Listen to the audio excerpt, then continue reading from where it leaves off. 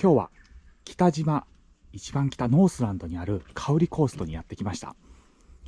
ここにニュージーランドで一番大きなカウリの木、タネマフタという木があるんですけども、今からそれを見に行きます。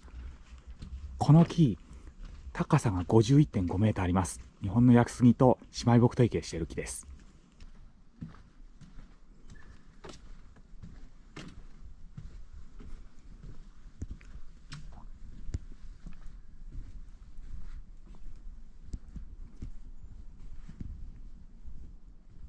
わお。